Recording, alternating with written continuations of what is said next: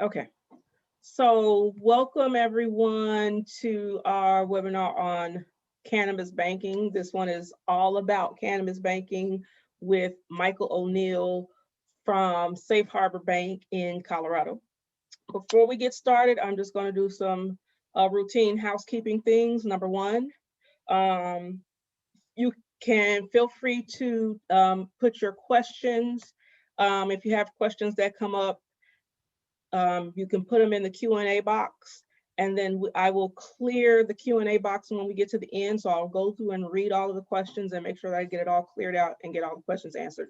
Do not put questions in chat, just because from a housekeeping perspective, it's harder to keep track of what questions have and haven't been answered in chat. With Q&A, I can read a question, and once it's been answered, I can clear the question, and so I'll see all of the questions right there on my screen, and that ensures that all your questions actually get answered and that no one's questions get missed. What else? Oh, as you know, we have some other upcoming webinars. So next week, the cannabis banking representative from Credit Union One will be presenting. We also have a session on the ongoing legal actions on the lawsuit. So we have one of the attorneys who actually filed suit on behalf of the craft growers and who knows quite a bit of information and pending legal actions on behalf of the dispensary. So there's actually a decision, or I shouldn't say a decision, but a hearing coming, I believe it's next Friday. And then there's a hearing, or at least there's a court appearance for the craft growers. The decision coming next week is on the dispensaries. And it was filed on behalf of the people who were named in the lottery. They want the lottery to move forward. There's obviously other lawsuits on the other side that stop the lottery from moving forward. There's a lawsuit on behalf of the craft growers where there will be an appearance. I believe it's the last week in November. I can't remember the exact date. So he'll be able to provide some information on, what was in each lawsuit, how that impacts all of you who are waiting on licenses, all of, the latest details straight from the horse's mouth. We also have some others, and they're escaping me right now, but go to our website, cannabistrainingil.com, and you'll be able to see all of our upcoming webinars. But the next one is the banking one with Credit Union One. And I'm glad we're doing this one first because you'll be educated about the things you need to know to make sure you get in your banking relationship. So without further ado, I am going to turn off my camera. I will turn off my mic and I will hand it over to Michael, and then I will come back at the end and we will go through the Q&A and I will moderate the Q&A. Well, thank you, Tricia. Michael, it's all yours. Thank you, Tricia. And ladies and gentlemen, once again, my name is Michael O'Neill, and I am, as you see on your screen, the original cannabis banker. As of this month, I have been banking the cannabis industry here in Colorado for 6 years. But I have over 20 years of experience that comes in the banking industry, and more my experiences on the compliance side and anti-money laundering.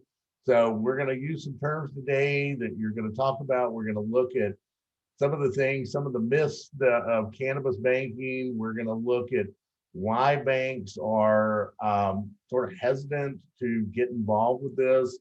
And just so you know, I run the largest program here in the United States, and I literally bank clients from Key West, Florida, to Maine, and all the way out to the Hawaiian Islands and all points in between.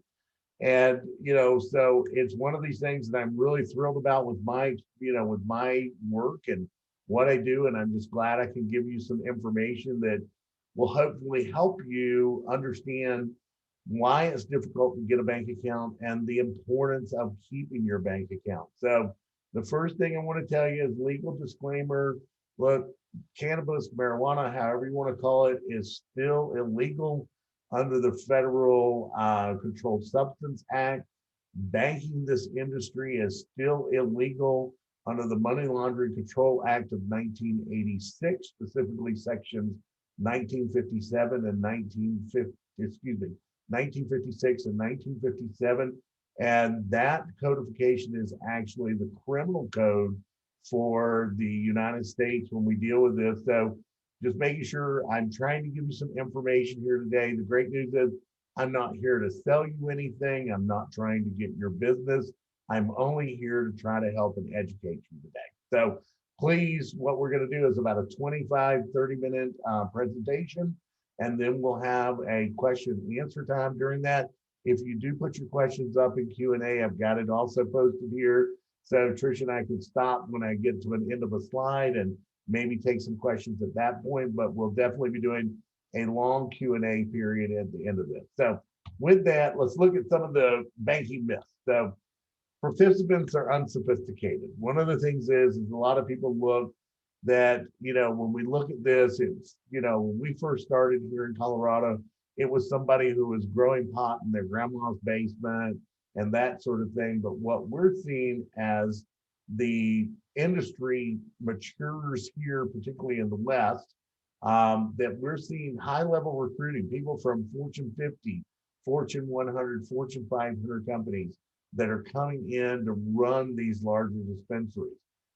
We're seeing multi-state conglomerates, or sometimes referred to as MSOs, multi-state operators, that they are buying up, which you're probably reading material as you're getting into this industry about people that are coming in and buying dispensaries in these large publicly traded companies based out of Canada or here in the United States are doing that.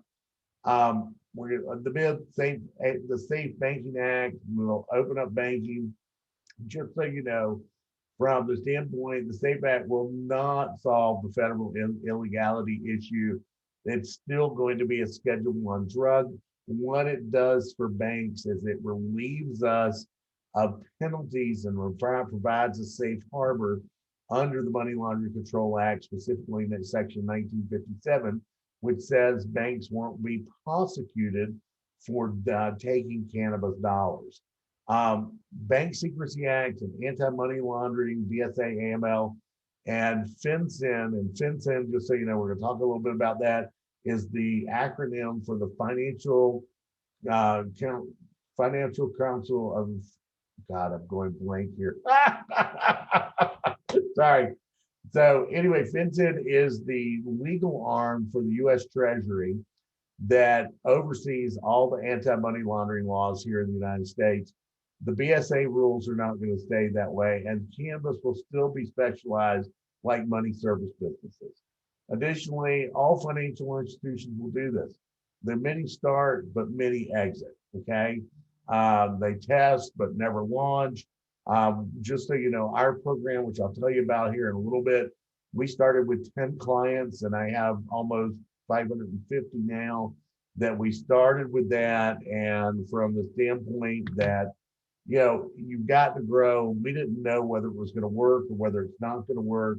So just keeping an understanding that also that smaller institutions, so with your Credit Union One, I know them well. We work with them from the standpoint that, the smaller institutions need to have that financial stability to be able to do this well.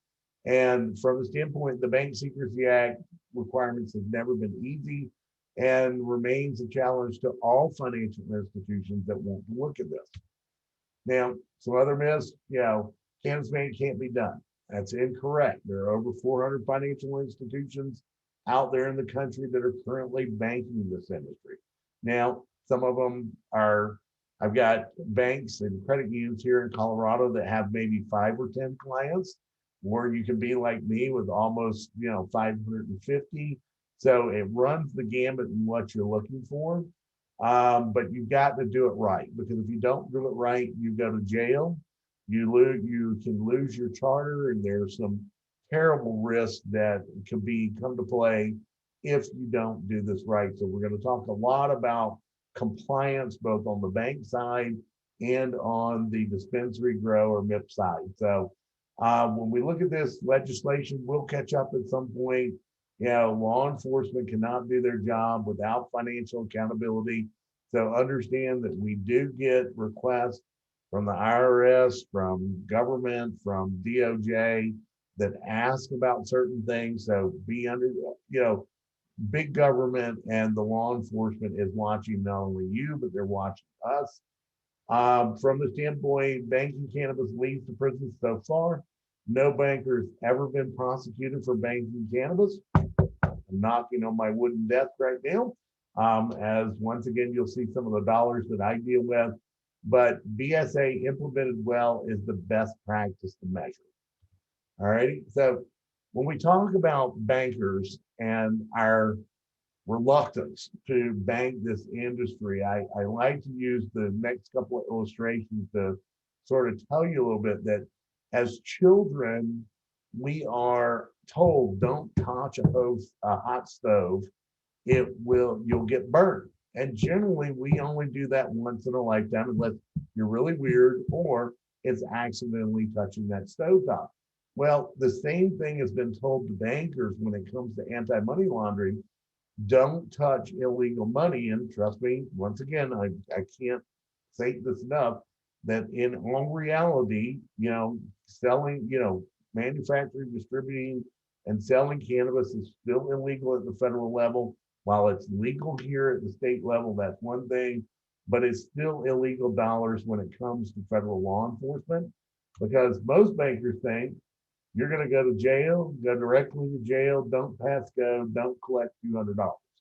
So, as I was stating a little bit earlier, so this is the reluctance, this is the big reluctance that banks look at. So, when we talk about the Money Laundering Control Act, one of the things is there's 4 intents under the criminal code that says you have the intent to launder money.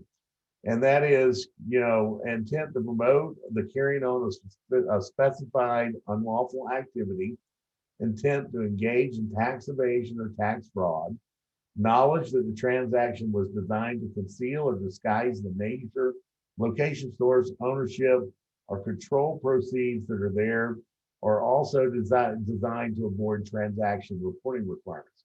So when we look at that, I'm sorry, I don't mean to read that, but sometimes I just have to.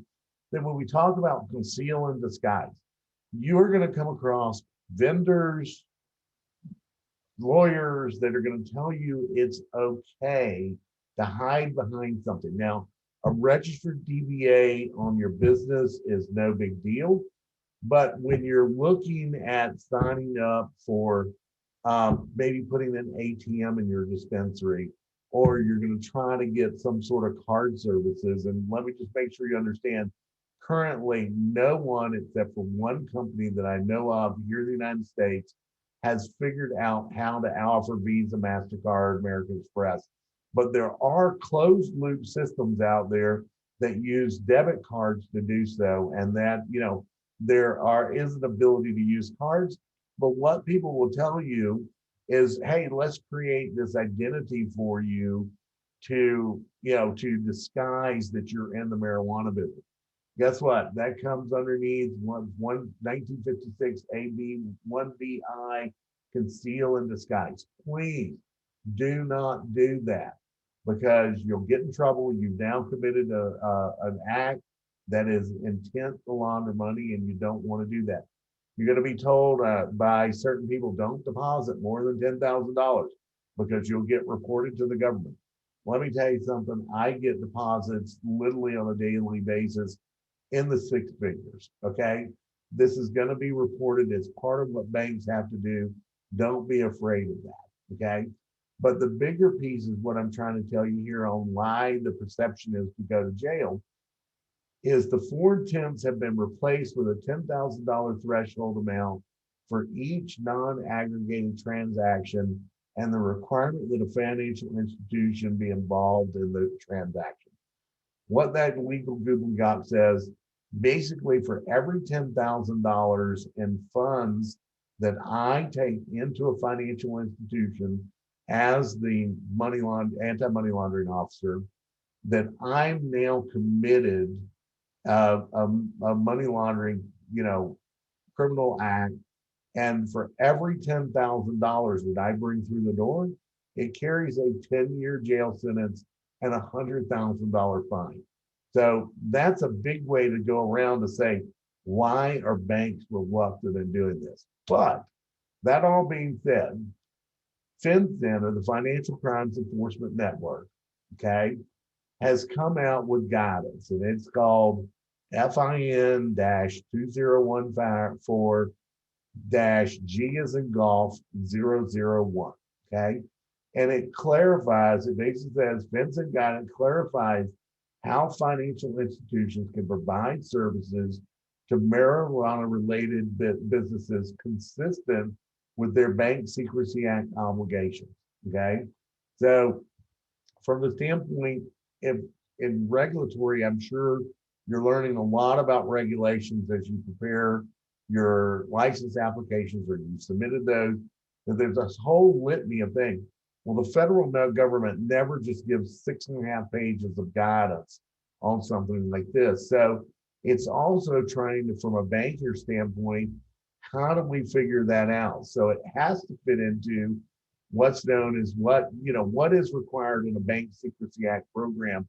And this is required by law and regulation that every financial institution in the country has to have. So what they tell you is you've got to build a risk assessment around product, services, customers, and geographic locations. Okay.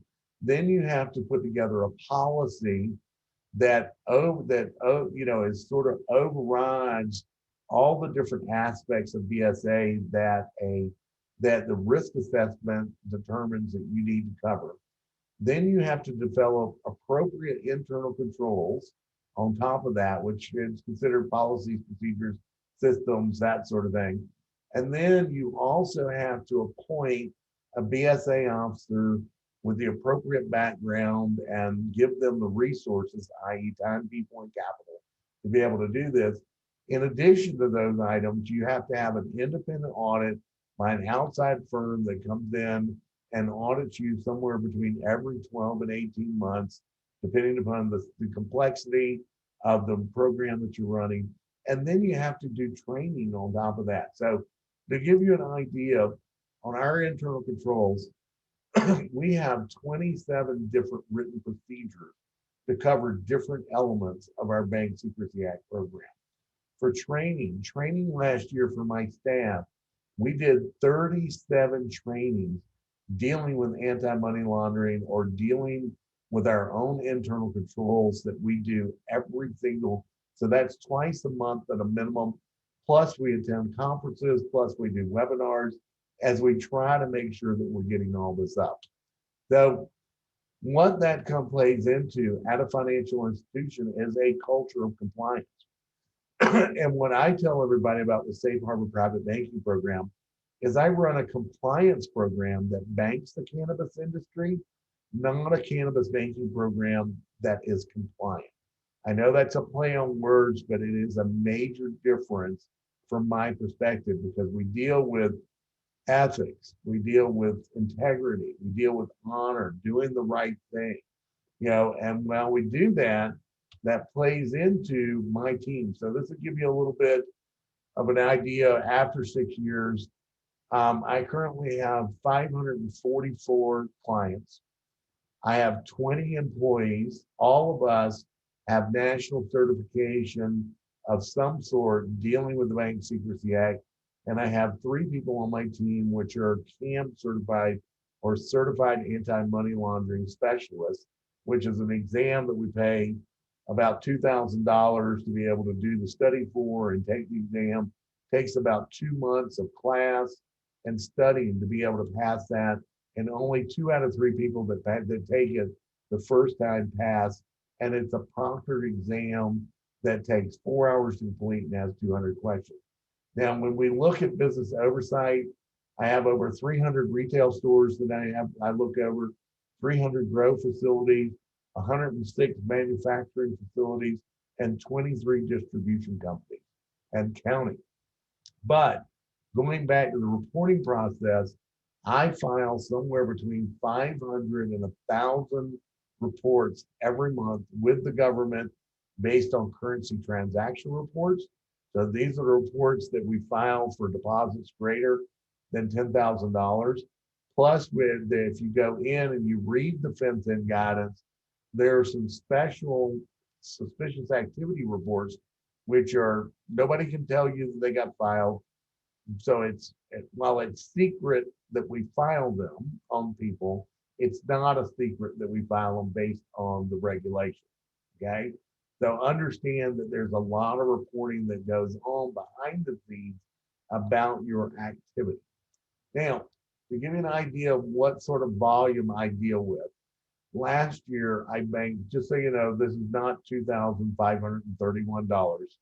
These are represented in millions of dollars. So that figure is $2,531,000,000 that I ran through my institution from the cannabis industry across the United States. And this year we're going to hit 2.9 billion. Based on that, maybe $3 billion that we will bank from that industry. So I hope that gives you an understanding of how wide our program is and how deep it goes. So how do we bank that kind of money?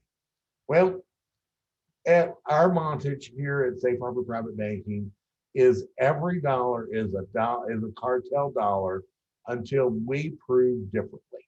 Okay. We do that by keeping eyes on the owners, eyes on the business, and eyes on the money. So what does that really mean?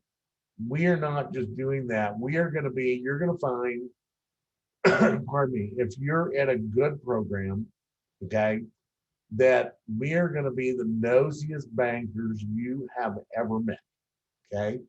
Please just be prepared for that because it's the only way we can run a compliant program that, that we can do that. Just so you know, my program has been examined 15 different times by federal bank examiners in less than 6 years. So they come in, they want to know what we're doing, what we're looking at, and that sort of thing. So just be prepared as you get, as you meet with your bankers, that when you're going to get that account, that you're going to need to understand a lot of different things. So, so now you're licensed or about to get licensed. What do you need to do?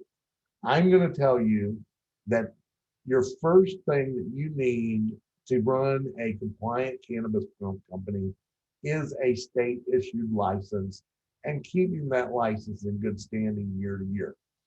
Additionally, the second most important thing you're probably going to need is a bank account because to operate on all cash, I can assure you, just so you know, it's full disclosure, I used to own a couple of dispensaries, a couple of medical dispensaries, a couple of medical grows, and a manufacturing facility down in Colorado Springs, Colorado. So I can tell you, for the first 3 years, we operated on a cash only basis. And let me tell you something, carrying knapsacks around full of cash to go get money orders or, different things or pay vendors is not what you want to do. But there are but banks come and go and you're going to hear all sorts of promises from people. So do your research on who you are. If you're sitting in front of your computer tonight and you were to Google search Safe Harbor Private Banking, we're going to come up for the first 7 to 10 pages of your Google search. We are very transparent in what we do and how we do it. So just understand there's very few financial institutions that are truly offering full banking. So what do we want to do? So I talked to a friend of mine that his name is Christian Hagesteth. He runs Green Man Dispensaries out here, written a great book on the cannabis industry if you want to get out and have something for a good read. And he's kind enough to let me disclose that and tell you what he did. So when you're securing a bank account, one of the things that Christian told me is prior to finding Safe Harbor Private Banking, he had been kicked out of his 11 previous banks because he was in the cannabis industry. He was approached by a group that promised a lot and delivered nothing. Everybody talks about crypto, crypto, crypto. Whole new piece of anti-money laundering. And trust me, you probably don't want to get into it until you understand the business that you're in first. And then you've got to work with a bank that has a commitment to the industry. That is something we hear, and of course tells me he loves that part. From our perspective, please understand we're highly selective. Not everyone that applies to us actually ends up getting a bank account. That process is drawn out that we ask you to first start with some paperwork, which is some release of information so that we can run credit checks on you, literally criminal background checks on you. We know the state's done that, but our federal regulators required us to do that. We're going to ask you to sign a non-disclosure agreement because we really don't want you sharing our fee schedule. We don't want you sharing our processes with other people. But understand and then we're going to ask you to fill out a 9-page questionnaire to tell us about your business. All of that has to be done first before we even talk to you, really. And then we sit down and we interview you. In today's COVID world, it's mostly Zoom now, but we truly believe in sitting down and looking somebody in the eye so that we can see your reaction. We can see what you're doing and getting that done. Be prepared for document questions and business. We're going to ask you for a lot of information. It will seem overwhelming. You'll sit here and go, oh my God, why are you asking me for so much? Because a good cannabis banking program will. We have to do something called enhanced due diligence on the cannabis industry because it's a cash intensive, high risk business. It's what the rules that we actually operate under as a financial institution require. I'm going to make you sign an account agreement. Our account agreement happens to be 5 pages long and contains a plenty of covenants that you're required to follow or tell us about things if they should happen, because we won't want to do that. Like I said, we do run background checks on people, but just be patient. I tell everybody it takes somewhere between 2 and 3 weeks from start of an application to actually open the bank account here at Safe Harbor Private Bank. Okay. Secondly, understand that we are under regulatory strains here. So we have Bank Secrecy Act, anti-money laundering problems. With that, under that, of FinCEN, if so, a financial institution that doesn't meet those obligations can be referred back to FinCEN for penalties. Just to give you an idea, US Bank just paid, now they don't even bank the cannabis industry, because they didn't do their program right. They just paid a $167 million fine for not following the rules. We want to follow the rules. Under this FIN 2014 G001, if you have not read this, please go and read it. As part of that, part of the Cole memorandum is in there. While the Cole memo has been rescinded, the 8 priorities are still in place by the Department of Justice. You've got things that we've got to worry about here under the Controlled Substance Act. God forbid and there are several financial institutions that have had RICO charges filed against them because they are serving the cannabis industry. And then on top of that, you've got your regulators, state, federal, and government and Department of Justice that are overseeing this. And, so please understand there is a lot of risk that a financial institution undertakes to provide these services. So be prepared for the cost that they're going to charge you. Going back to my team of 20 people, just so you know, there are about 110 people that work at my institution. 20 of them work in my department. And from the standpoint, we have the highest payroll of everybody because everybody we hire is a specialist when it comes to anti-money laundering. So there's a high cost for that in there. But from the standpoint, if you're looking at this, compliance has got to be your top priority, no matter what in your business, no matter who you bank, but internally, because as I remind everybody, the license is the golden goose that lays the golden egg. And you've got to protect that license and your brand at all costs. You're going to have to understand the state rules. You're going to have to understand the city rules or the local municipality or, the rules that are in place. You're going to have to understand these banking rules that we need to that. Looking at the needs of investors, your staff training and accountability. Look, this is one of these that you've got somebody that you need to do the training. I was just over at one of my, at a large company here recently. They have, they've got 20 something stores around Colorado, but they have a dispensary model set up with the point of sale system that everybody that's a new hire has to come in and learn how to use the point of sale and learn about products. But also, let me tell you something. If you got somebody you get caught in the sting and somehow you sell to a minor, you're going to fire that person. It is a fireable offense. You got to hold people accountable, because if you don't, you're going to fail. Okay. All right. So what are some of the expectations? As a banker, I expect open and honest conversation. When I reach out to you, I don't need you beating around the bush. What I need you to do is give me true honesty. It builds trust and partnership, but I also demand compliance, compliance, compliance. Okay. Going back to what are you looking for? When you're looking for a bank, you're wanting a professional bank relationship. You're looking for an institution that is compliant. You're looking for accuracy and honesty and open communication. And as Christian put in here, the occasional golf tournament. Just so you know, we sponsor a big golf tournament out here in Colorado for the cannabis industry that raises money for specific funds and that sort of thing under our foundation that we have here at the credit union. So, okay. Moving to the last thing, and we're just about through here. I'm going to open up the questions and answers next. Now you've got a bank account. What do you do to, you've got to be able to be progressive about compliance and stay ahead of the changing expectations.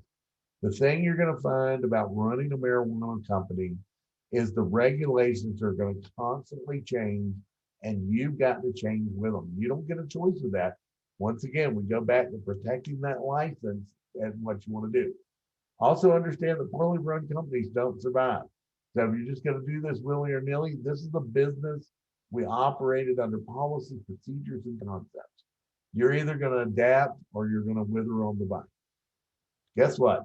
At a bank, I always tell people, I didn't learn about this supply and demand function in my undergraduate or in my graduate work. That look, I have the supply, so I get the demand. Now, I'm not demanding anything illegal or out of bounds, but understand when we're asking you for things, we're looking for it. To give you an idea, that I closed last year 21 clients for non-compliance. So I'm not I'm not here just for the revenue. I make sure, going back to, I run a compliance program that banks the cannabis industry. We expect accountability. We are monitoring and validating your money, the owners, the businesses. We come see you 4 times a year at a minimum, and we walk through your shops. We visit with the owners, and we expect the owners to be there for those visits. We are looking at your money. We have a validation process that is intellectual property here on how we go about that. We can confirm that the money you deposit into the bank account actually matches up against your point of sale and your tax dollars. And we're looking at that on a monthly basis to make sure that we're doing that. Cash management, understanding what we do. When I tell you we're almost going to do $3 billion this year, how do you manage all that cash? Well, we have cash management accounts. We have sweep accounts. We have interest-bearing accounts that we have with partnership financial institutions. I mentioned site visits, but we're always looking and auditing your program. Once again, it goes back to every dollar is a cartel dollar until we prove otherwise. And we do that by keeping an eye on the business, eye on the ownership, and eye on the money. So with that, I think I've spoken just about 30 minutes, as I promised. And we will now open it up for questions and answers.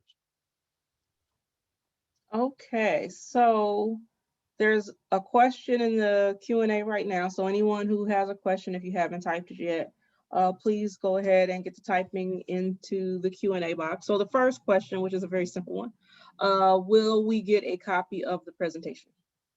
Yes, I will be sending it to you, Tricia, later before I go home this evening. Okay. So yes, Bruce, there will be a copy. We will receive a copy of the presentation, and I will then send an email out to everyone. I'll be putting it in our Dropbox location where we put all of our materials that we've gathered since day one, which was February. So it will be up there as soon as I have it, and I'll send an email to everyone once it's there.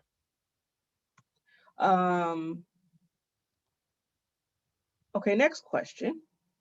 You mentioned tax. Could you elaborate on how that works at the state and federal level? Is it just like any business in terms of taxes? Yes and no. So if you have not read about IRS Rule 280E as an echo, I highly recommend that you read that rule. So it came about that there was someone who was selling illicit narcotics back in the 1990s, got caught, got convicted, and the IRS came up and said, you owe taxes on that money.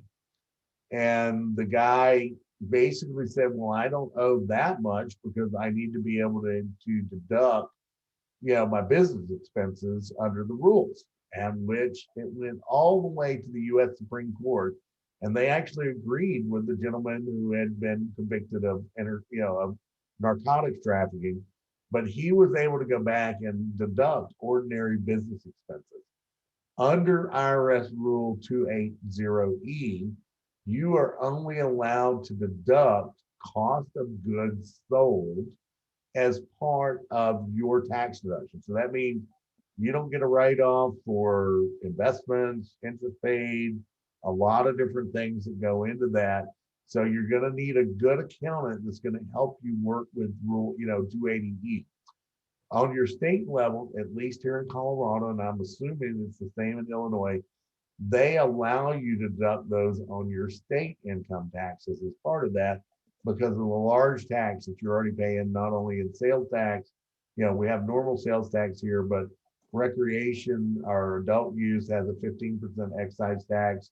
And then wholesale cultivations have a tax based on pounds that the state comes up with.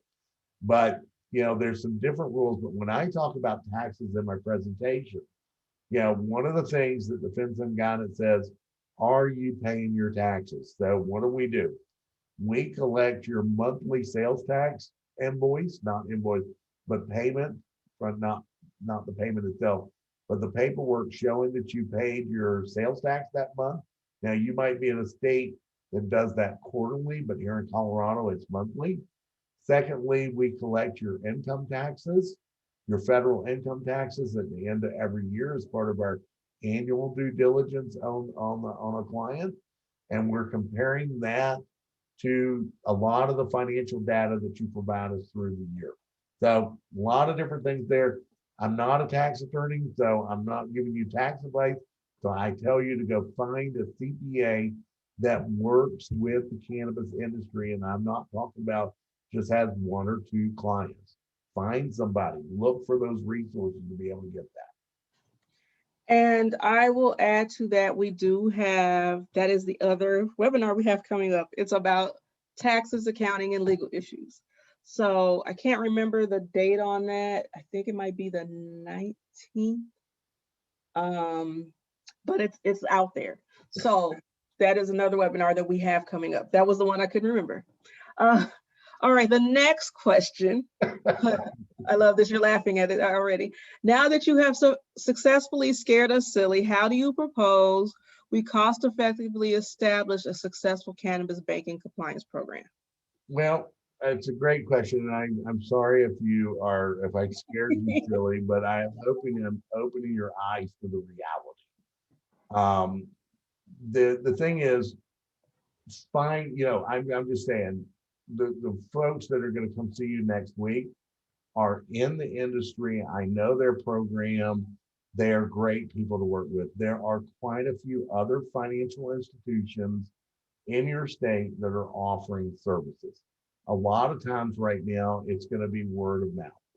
I'm just trying to tell you that just be prepared for people being nosy in your business. I mean, I don't know how many times I speak to the owners of company. Well, I've never had this happen before. Our bank, somebody doesn't do this. I said, do you have a bank account there that they've been let you put your cannabis money in? Well, no. Well, it's what we want to do is, here at a credit union, we're a member-owned nonprofit financial cooperative. Okay. So I don't have shareholders here. If you were to become a member here and bank with Safe Harbor Private Banking, you're one of 33,000 plus other members that I have. My job is to ensure that we're carrying out the policies and procedures and the oversight of the program, because I'm actually appointed by the board of directors to oversee this program, and it's a requirement of the law for someone to be appointed the Bank Secrecy Act officer. And so I'm not trying to scare you. I'm telling you, we have great relationships with our clients. We have some, we have to, we have to prod along from time to time. But in the bigger picture here, you're looking for banking services. And I hope at some point, we can pull the belts and suspenders of this program back. But currently, for us to be able to continue to bank this industry, literally coast to coast, and for us to not get in trouble with our federal banking regulators, our state banking regulators, or God forbid, federal or state law enforcement, this is just what we have to do. Now, I will just tell you that if you haven't written a business plan, you need to have a business plan that goes along how you're going to do this. And every good business plan contains an exit plan. Okay. So just so you know, paid about $100,000 for that piece of information at graduate school to get my MBA. But I'm just going to tell you, you need to understand what your business is and how you're going to operate it. You're going to need to build the controls in for controlling theft, whether that's money or product. You're going to need to build controls in on how you service your clients and your training. And all of these things will help you run a good business. It might be you start with one. I've got a client here. They started with one dispensary and they now have 29. Okay. So the ability to grow was through the access to the financial system, because you're going to need this to do payroll. You're going to need this to pay your vendors. You're going to need this to pay your insurance, and a plenty of other things that you're going to have out there. I don't want you to be scared about running this, but it's like any other business. You have to take ownership of it, and you have to take pride in what you're doing. And you just can't think that I'm just going to start this and hand it off to somebody else. It doesn't work that way in this industry, at least that. And like I said, I'm somebody that's been a licensee. I understand that, but understand your compliance requirements and live and breathe compliance. That's my best advice. Okay, next question. Does your organization provide best practice standard operation procedure guideline documents for the area of compliance management and monitoring? Well, yes and no. We do not do it from, the license side. And there's a lot of great consultants out there that can help you with that. Trisha's working with one of them. That's actually how she got hold of me, as a mutual consulting group that we know. There are people out there that have already written these, all the procedures and that sort of thing to do things.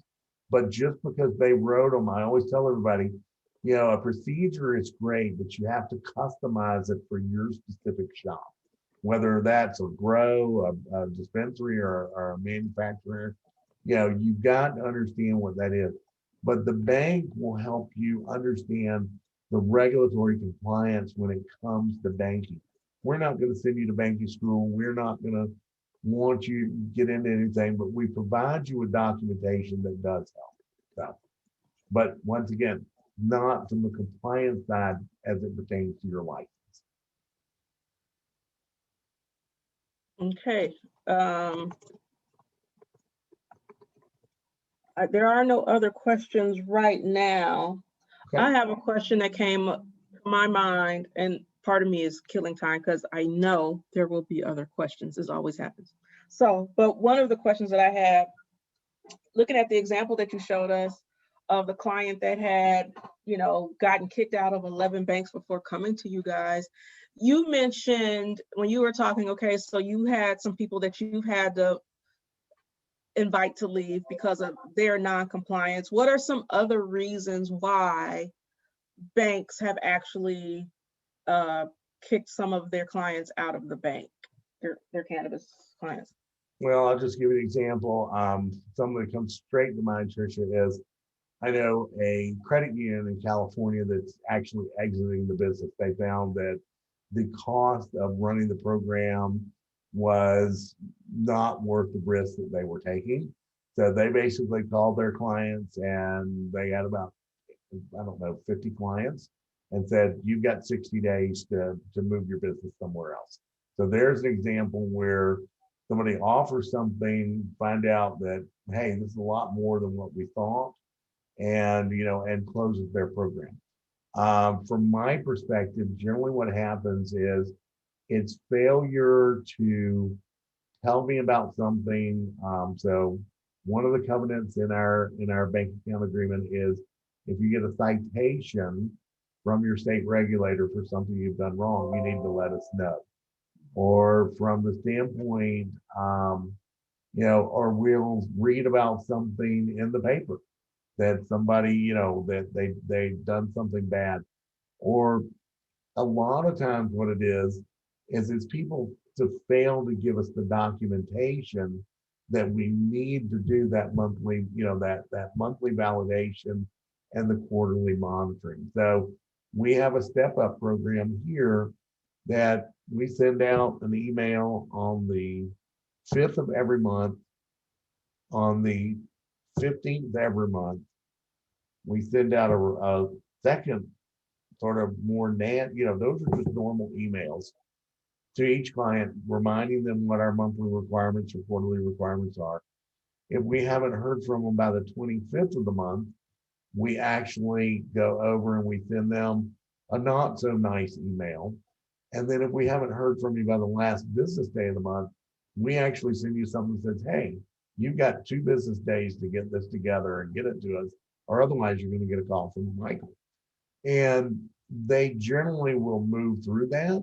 But we have come to the conclusion that if you aren't willing to live with the rules that we've set forth in our account agreements, it's not worth it's not worth the risk of having you, because if you're going to be non-compliant with us, we have to extrapolate over that maybe you're being non-compliant in your business operations.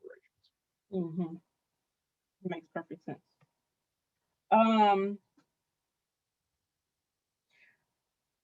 How often is it, and I'm asking this question, it's kind of leading somewhere, but I'll just ask this part first.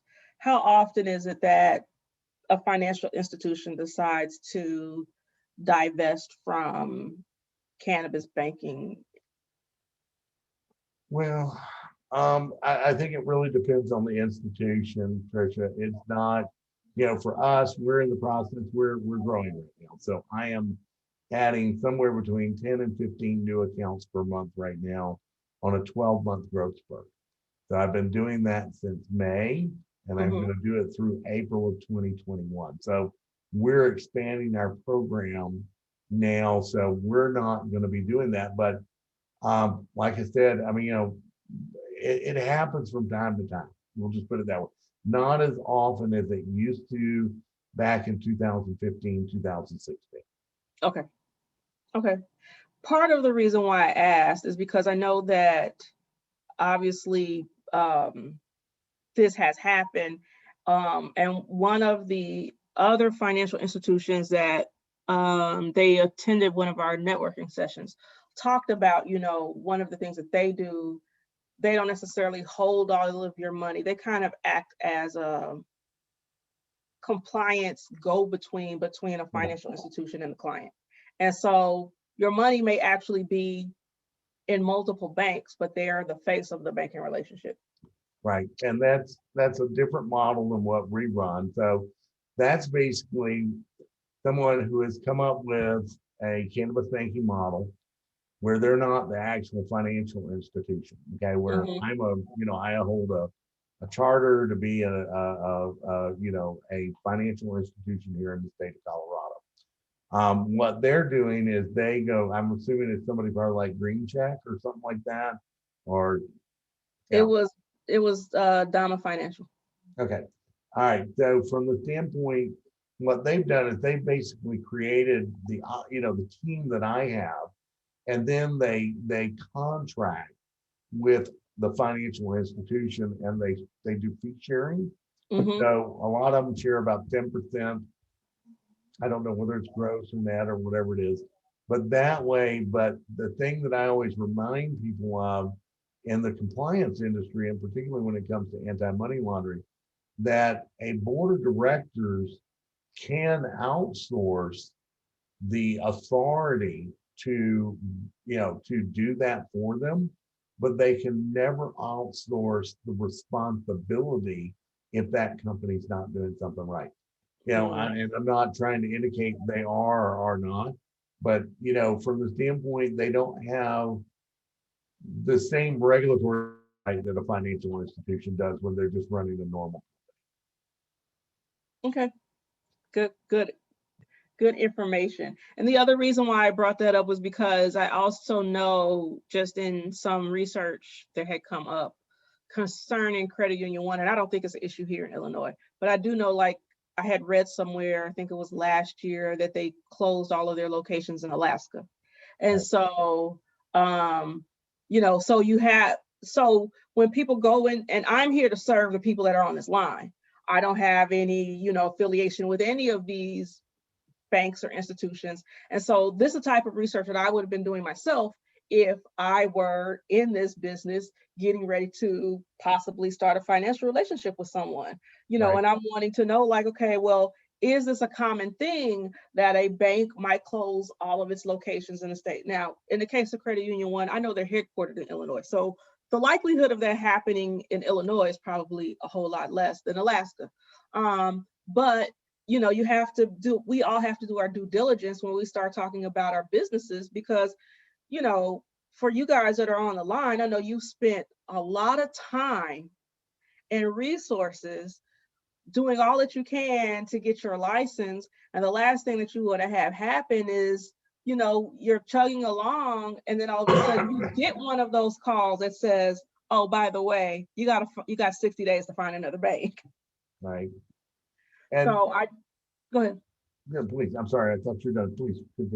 Sorry. No, I was just going to say, so I'm just putting all of these things out there so that everyone has some sort of awareness of, the type of information that I've come across, the types of things that I would be looking at if I were in your shoes, and to be able to at least ask some questions of someone who doesn't have skin in the game, so to speak, but knows enough about it to be educated and to give some insight. So, well, I just add to that, Tricia, that from the standpoint, our regulator requires me to have an exit plan and for it to be updated twice a year, just in case. Because the other thing is what happens if the federal government ever comes in and says, nope, we're not doing this anymore. It just basically tells you got to get out.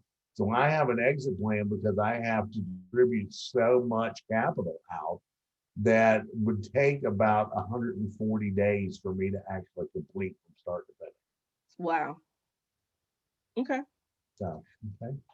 We have another question. Yes. Yeah, we got one more. So I I'm I'll sure go. everyone would like to know that. No, the cash is not, just so you know, I do not take physical deposits here at the credit union.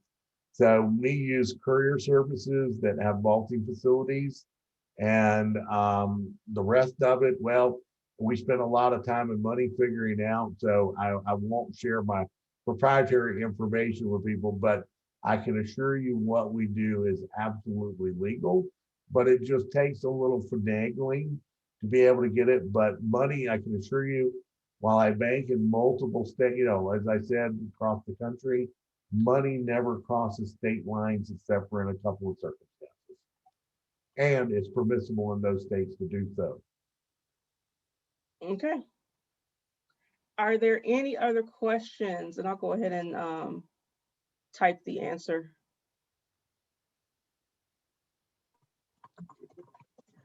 And I've actually heard, and we'll probably get into this a little bit more I know in the one next week. I know some financial institution will take your money straight to the Federal Reserve. So, and since there is a Federal Reserve in Chicago, in Illinois, I would say that's because once again, armed couriers that have vaulting systems that are approved by the Federal Reserve can deposit those into those proceeds. So yes, the money goes. All our money goes to the Federal Reserve system.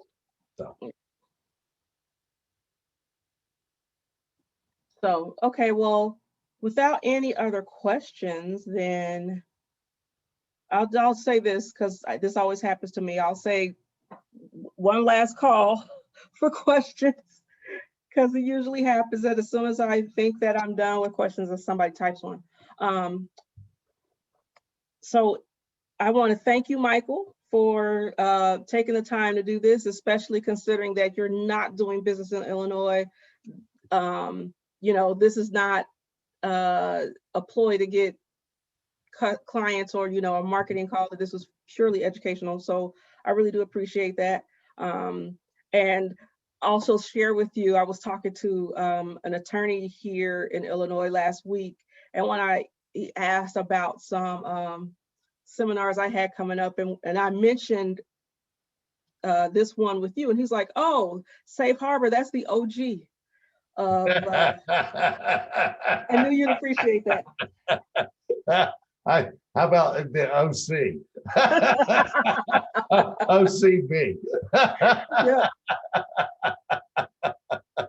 So yeah, I knew you'd appreciate that. He's like, "Oh, really? That's the OG in cannabis banking." So yeah, yes, you are the OCB. Yeah, we speak around the country. I probably speak 8 to 10 times a year at conferences, particularly banking conferences. And look, we're very transparent about what we do. We're not transparent about how we do it, right? Because that's the secret sauce, right? And right, that's right. And but here's the thing: we've been here for 6 years. I mean, come January 1st, December 31st, we'll complete our 6th year of serving this industry. I can tell you, I was lured back out of quasi-retirement to do this, and it appeals to my inner bad boy, to where I can just sort of thumb my nose at the man, and but it also it's very good for my intellect, because we're building something that you can't go out and Google how to do it, or at least right. when we started, it was all of this stuff. So to me, it's just one of the exciting pieces of the banking industry. And as I've told my CEO, I'm here until she tells me to go or I decide to retire. So, anyway, but I just want to thank everybody for letting me take up an hour of your time this evening. And Trisha's got my information. If you ever want to reach out to me, let me know, and I'll be glad to take the time and help you a little bit more. But like I said, go away with compliance. It works on both sides of the balance sheet. Okay, for you and for us. And don't be overwhelmed by what we ask for. Trust me, we would prefer not to, but it's just the way that we continue to be able to serve this industry and help it grow and mature across the country. So awesome. Thank you very much, everybody. Have a great night. Thank you. Good night, everyone. Good night. Oh, there's something in the chat. Oh. Is there? It's all right. It's let me press stop here. Uh-uh.